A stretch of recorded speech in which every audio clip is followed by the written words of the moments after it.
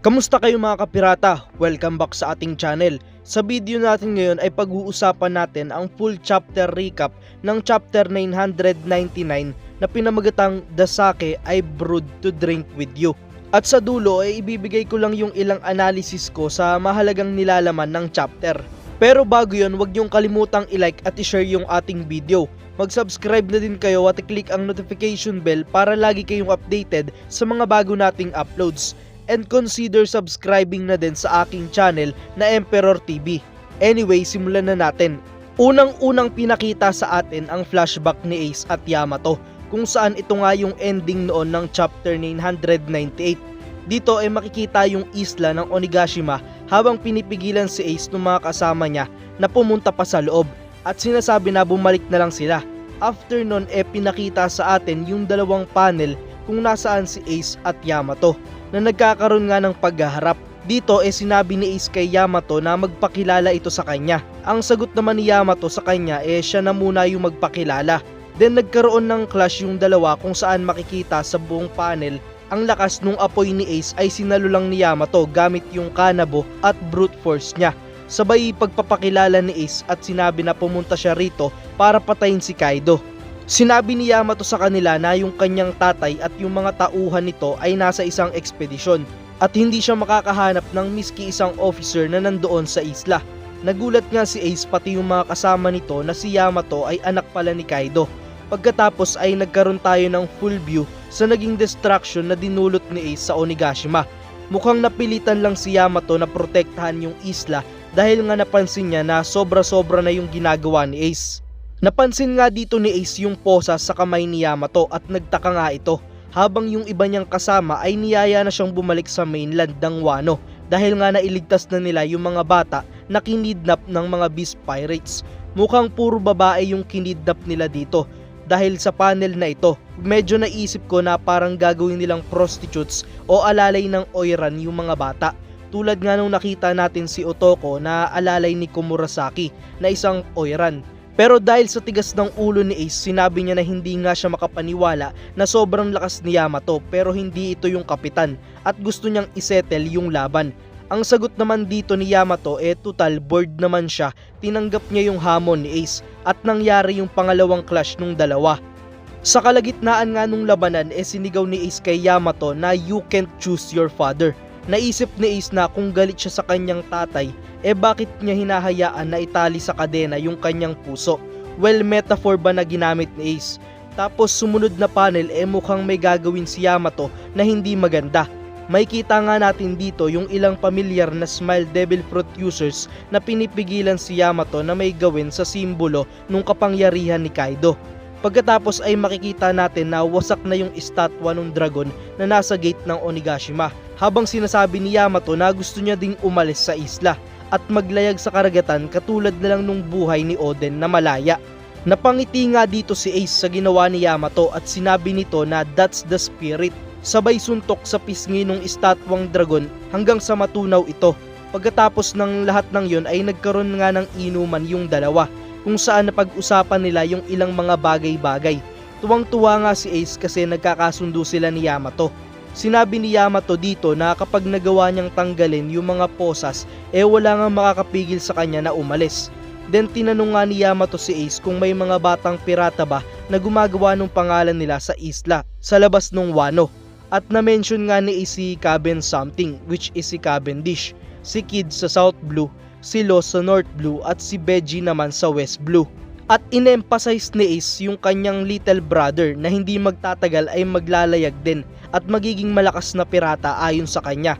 Pero si Yamato sawa nang marinig yung kwento nito about sa little brother niya, which is si Luffy nga.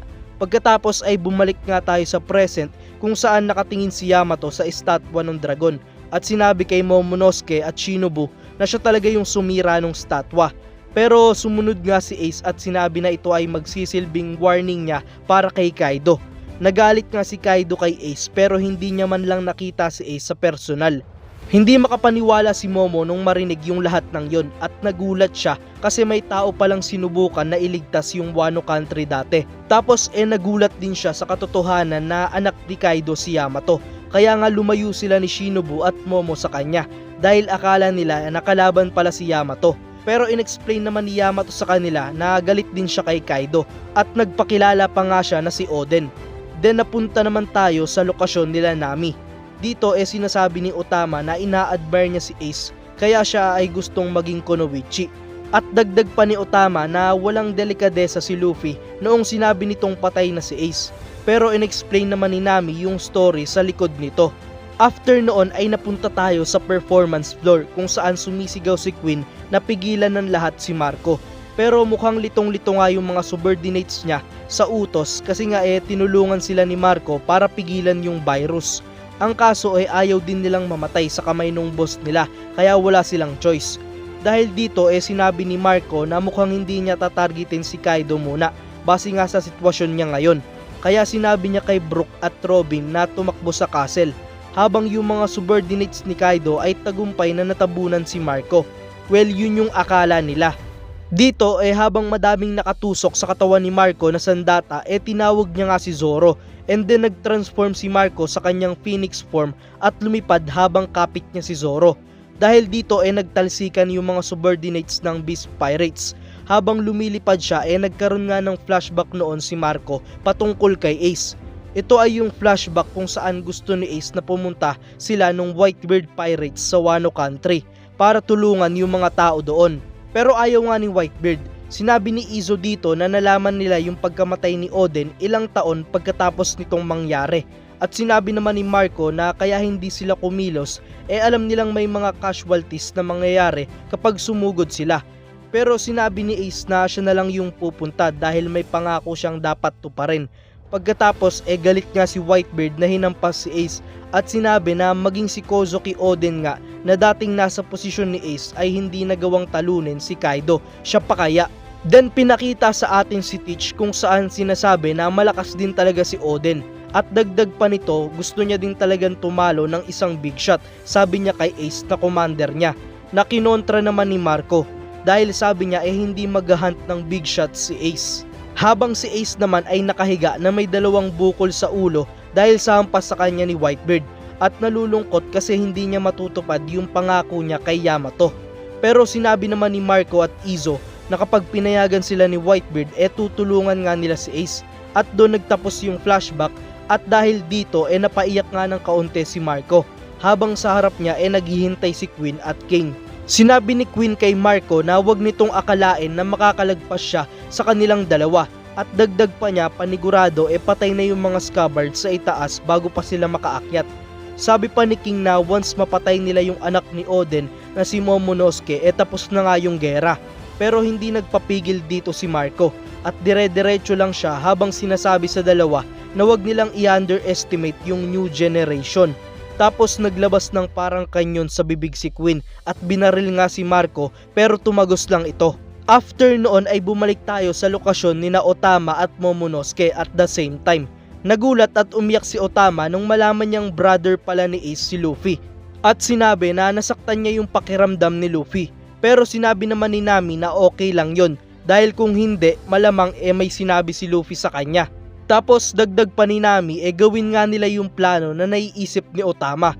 Samantalang si Momo naman ay nagulat nung malaman niya na si Ace ay anak ni Roger at brother nga ni Luffy.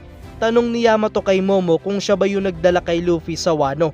At sabi niya na sa dinami-rami ng mga tao siya pa talaga yung napunta sa Wano Country at kinoconsider niya nga ito na fate o tadhana. Dagdag pa niya na after all yung pangalan ni Luffy ay may middle initial na D. Then pinakita sa atin yung itaas ng rooftop kung saan makikita si Zeus at Prometheus na fully recharged na. And hinahanap nga ni Big Mom si Luffy dito. Tapos dagdag pa niya patay na ni Kaido yung lahat ng gusto niyang patayin pero itira niyang buhay si Nico Robin. Sagot naman ni Kaido bakit pa? Kaya naman ng 3 eyes ni Big Mom which is si Pudding na basahin yung ancient writings. Pero sabi ni Big Mom na hindi na siya makapaghintay sa true awakening nung mga mata ni Pudding. Tapos tanong pa ni Big Mom saan niya ilalapag yung isla ng Onigashima. And sagot naman ni Kaido ay ilalapag niya ito sa castle sa Flower Capital na sumisimbolo nga sa Kozuki clan. Naisip nga ni Big Mom na maraming mamamatay dahil kasalukuyang nagaganap yung festival doon.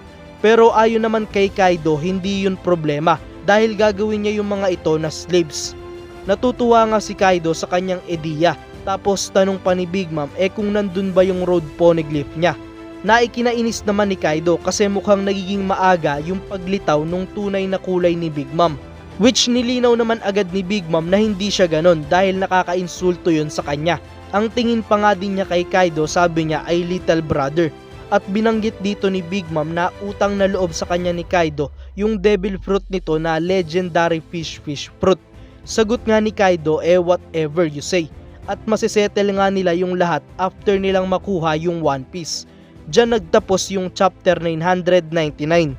Ngayon pag-usapan na natin kaagad yung mga bagay na worth it i-analyze kasi actually sobrang dami nung nandito sa chapter na ito. Bali yung ilalagay ko nga dito yung mga main points na talagang para sa akin dapat pagtuunan ng pansin. Siguro naman pansin nyo sobrang bilis ko na din magsalita kasi sobrang dami talagang points ang nasa chapter na ito. Unang-una na dito ay yung strength ni Yamato. Kitang-kita na equal lang yung lakas ni Yamato kay Ace na kino-consider na isang expert sa paggamit ng kanyang Mera Mera no Mi. At yung fact na siya yung second commander ng Whitebeard Pirates. Even si Ace ni-recognize yung lakas ni Yamato na enough nga daw para ito ay i-consider bilang isang kapitan ng pirate crew. This reminds me sa sinabi ni Orochi kay Zoro na sobrang lakas ni Zoro pero hindi siya yung kapitan. Foreshadowing kaya ito na magiging Straw Hat si Yamato? Well, hindi tayo sure doon. Pero dito sa chapter na ito pinakita ulit sa atin yung pangako ni Yamato sa sarili niya na kapag natanggal niya yung posas maglalayag nga siya sa karagatan. At ngayon wala na nga yung posas, so ano pa yung i-expect natin, di ba? Next is yung sinabi ni Yamato na noong nalaman ni Kaido na si Ace yung nagsira ng statue ng dragon galit na galit nga ito, pero hindi nga sila nagkita.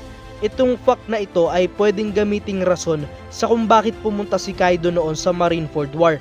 Siguro gusto niya na siya yung tumapos kay Ace dahil nga sa paghahamon nito at pagsira nito sa simbolo ng kapangyarihan niya. Ngayon ito yung matibay na rason sa pagpunta ni Kaido sa Marineford. Ang kaso pinigilan nga siya ni Shanks. Next is yung naging flashback ni Marco about sa pag-attempt ni Ace na dalhin yung Whitebeard Pirates at magsimula ng gera sa Beast Pirates para iligtas yung Wano Country. Ito yung nagbigay sa atin ng clarification sa kung ano ba yung naging side ni Whitebeard sa issue ng pagkamatay ng kanyang dating second commander. Nagmula na kay Marco mismo na maging sila ay ilang beses nang napag-usapan na sumugod, pero dahil matalino at mapag-ingat si Whitebeard, never nilang tinuloy yon. After all, nakaabot yung balita kahit close country yung Wano tulad nga nung theory ko noon. Also, mukhang dito na magsisimula yung laban ni Zoro sa mga calamities. Hindi natin nakita na nakalagpas sila pero ito na yung perfect time para makita natin na in action yung mga calamities. Next is yung panel na ito kung saan hawak-hawak ni Yamato yung isang libro na malamang ay yung journal ni Oden. Nabanggit ni Yamato dito yung pagkakaroon ng D ni Luffy sa pangalan. So malamang yung laman ng journal na ito ay kasama yung sekreto sa likod ng Will of D. Sobrang laking revelation nito and hindi ko alam kung bakit hindi ito pinag-uusapan. Abot kamay na, nasa harap na nila yung libro kung saan nandoon na posibleng nakarecord yung lahat maging yung Laugh Tale at yung Void Century. Kaya nakaka-excite talaga ito. Ano kaya yung gagawin ni Luffy kapag nabasa niya yung libro? Or kapag nakita niya yung libro, di ba? At lastly, yung naging conversation ni Big Mom at Kaido sa rooftop. Ilan lang naman sa napag-usapan nila dito ay yung ability ni Nico Robin at Pudding na magbasa ng ancient writings. Yung road poneglyph ni Kaido, ang utang na loob ni Kaido kay Big Mom which is yung devil fruit nitong fish fruit, pati na rin yung goal nila na One Piece. Sa totoo lang hindi ko na ma-share pa yung thoughts ko about dito dahil TMI na, too much information. Anyway, yan nga yung aking full recap at analysis ng chapter 999. Kung may opinion kayo sa video natin ngayon ay i-share nyo lang sa comment section. Dito ko natatapusin yung ating video. Maraming salamat sa panonood mga kapirata. Paalam!